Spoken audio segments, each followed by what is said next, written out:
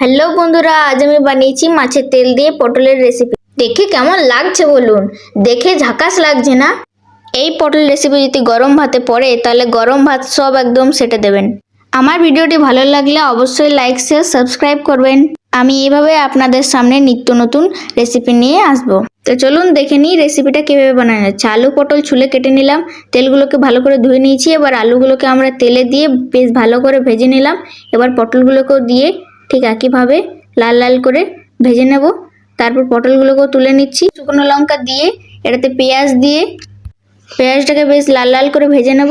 তারপর এটাতে আমরা আদা লঙ্কার একটা পেস্ট দিয়ে দেবো। আমরা রসুন ব্যবহার করিনি, যেহেতু রসুন ব্যবহার করলে আমাদের এই রান্নাটা খুব বেশি রিচ হয়ে যায়।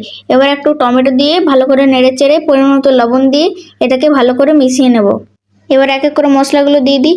হলুদ গুঁড়ো, জিরে গুঁড়ো, ধনে গুঁড়ো, লাল লঙ্কার গুঁড়ো আর কাশ্মীরি লঙ্কার গুঁড়ো। এবার মশলাটাকে ভালো করে কষিয়ে নিচ্ছি।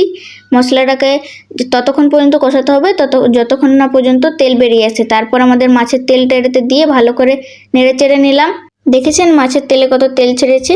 এবার আমরা ভাজা সবজিগুলোকে এটাতে দিয়ে ভালো করে নাড়িয়ে চাড়িয়ে মিশিয়ে নিলাম। এবার পটল আলুগুলো সেদ্ধ হওয়ার জন্য সামান্য পরিমাণ জল দিয়ে আমরা এটাকে 5 মিনিটের জন্য ঢেকে রেখে দেবো।